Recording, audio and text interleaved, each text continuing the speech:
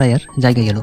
সেখানে Jimmy Valentine মনোযোগ সহকারে জুতোর ওপরের অংশগুলো সেলাই করছিল এবং সে রক্ষীটি তাকে সামনের অফিস ঘরে পাহারা দিয়ে সঙ্গে নিয়ে গেল।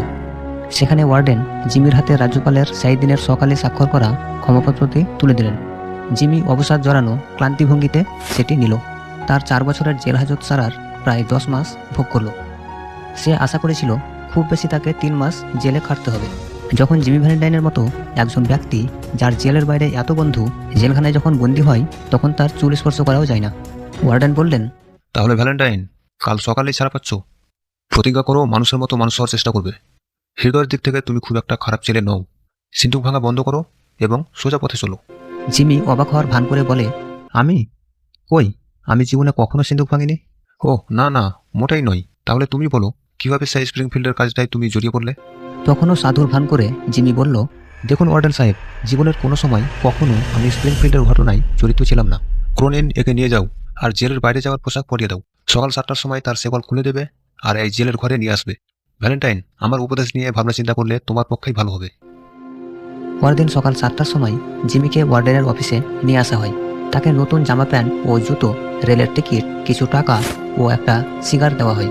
ওয়ার্ডেন তার সুপ্রসন্ন ভাগ্য কামনা করে।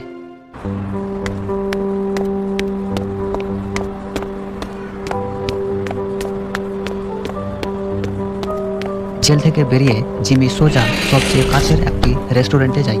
সেখানে সে সকালের ভালো ভালো খাবার খায় এবং একটি অনেক ভালো সিগারেট পান করে। তারপর সেখান থেকে সে একটি ছোট্ট শহরে এসে পৌঁছায় এবং একটি মদের দোকানে যায়, যার মালিক তার পুরনো বন্ধু মাইক টোলান।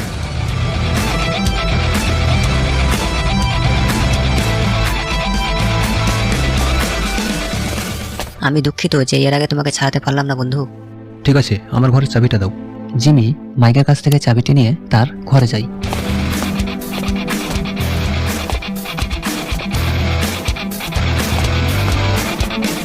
সে তার সুটকেসটা বার করে, যেখানে তার চুরি করার বিশেষ যন্ত্রপাতিগুলি রাখা ছিল, যার মধ্যে কিছু বিশেষ যন্ত্রপাতি সে নিজে বানিয়েছে। সুন্দর পোশাক পরে তার সুটকেসটা হাতে নিয়ে সে নিচে নামে। তাহলে জিমি, এরপরে কি করবে ভাবছো?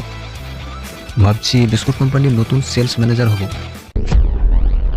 9762 নম্বরের জিমি ভ্যালেন্টাইনের জেল থেকে ছাড়া পাওয়ার পর পুলিশের কাছে 3টি চুরির ঘটনা সামনে আসে। ক্ষতির পরিমাণটি অনেক বেশি হওয়ায় চোর ধরার কাজটি বিখ্যাত গোয়েন্দা বেন প্রাইসের হাতে দেওয়া হয়।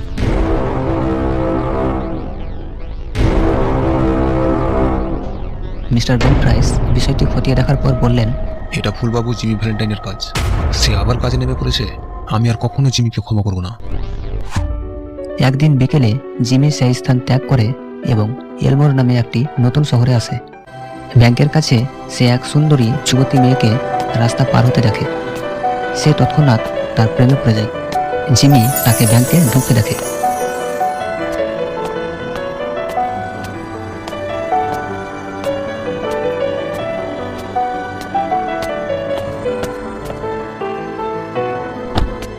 এর মধ্যে সে তার পাশে থাকা একটি ছোট ছেলেকে জিজ্ঞাসা করে, এই ছোটু, এই যে মেয়েটি ব্যাংকের মধ্যে গেল, এর নাম পলি সিমসন না?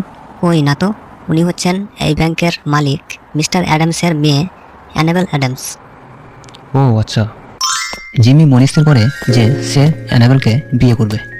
তাই জিমি র্যাফ ডি স্পেন্সার নাম নিয়ে নতুন একটি মানুষ রূপে সেখানে বসবাস করতে শুরু করে। তার জীবিকা অর্জনের জন্য একটা নতুন কাজের প্রয়োজন হয়।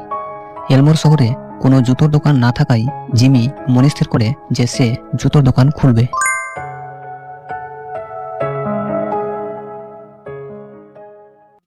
কিছুদিন পর মিস্টার স্পেন্সার সেখানে একটা জুতোর দোকান খোলে এবং তা ভীষণভাবে সফল হয়। ধীরে ধীরে সে সমাজে এক সম্মানীয় ব্যক্তিরূপে পরিচিত হয়। সেখানে তার অনেক বন্ধুবান্ধবও গড়ে ওঠে। তার সাথে মিস অ্যানাবেল অ্যাডামসেরও সাক্ষাৎ হয়। মিস্টার অ্যাডামস স্পেন্সারকে তার জামাই হিসেবে পেয়ে খুব খুশি হন এবং আগামী সপ্তাহ দুয়েকের মধ্যে তারা দুজন বিবাহ বন্ধনে আবদ্ধ হবে বলে ঠিক হয়। জিমি বিলিকে একটি চিঠি লিখে। বিলি তার চুরির কাজের বন্ধুদের মধ্যে একজন বন্ধু।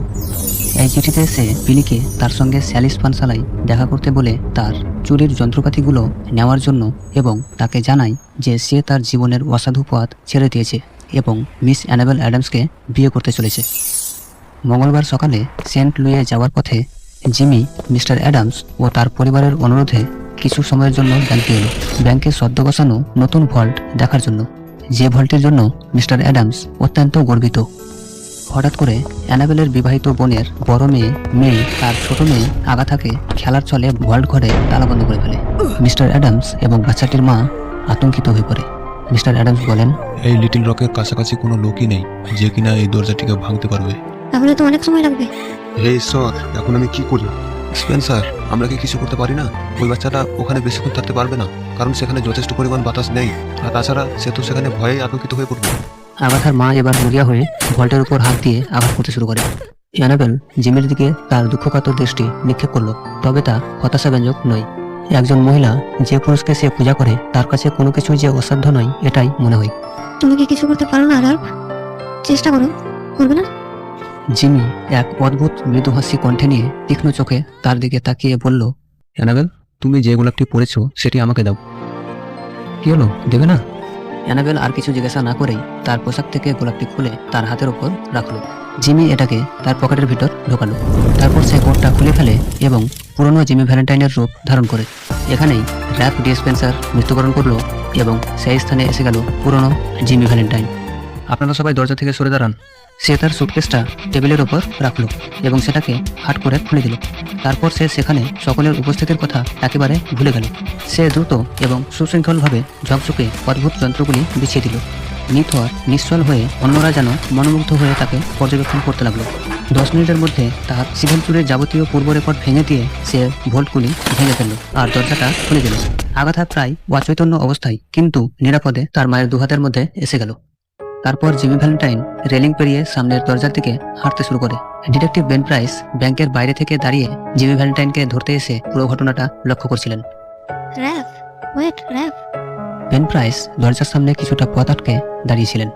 জিমি বেন প্রাইসকে দেখে বলে, ও মিস্টার বেন প্রাইস, অবশেষে কাছাকাছি এলে তবে। বেশ, চলো তবে। এখন তো আর আমার কাছে এটা ছাড়া আর কোনো পথ নাই। আর তখনই বেন প্রাইস অদ্ভুত আচরণ করল। মনে হচ্ছে আপনার ভুল হচ্ছে মিস্টার স্পেন্সার। আপনাকে চিনি বলে তো আমার মনে হচ্ছে না। এই বলে মিস্টার বেন প্রাইস পিছু ফিরে রাস্তা ধরে দ্রুত গতিতে রাস্তার দিকে চলে যান। কি হয়েছে র্যাফ? তুমি কোথায় যাচ্ছ?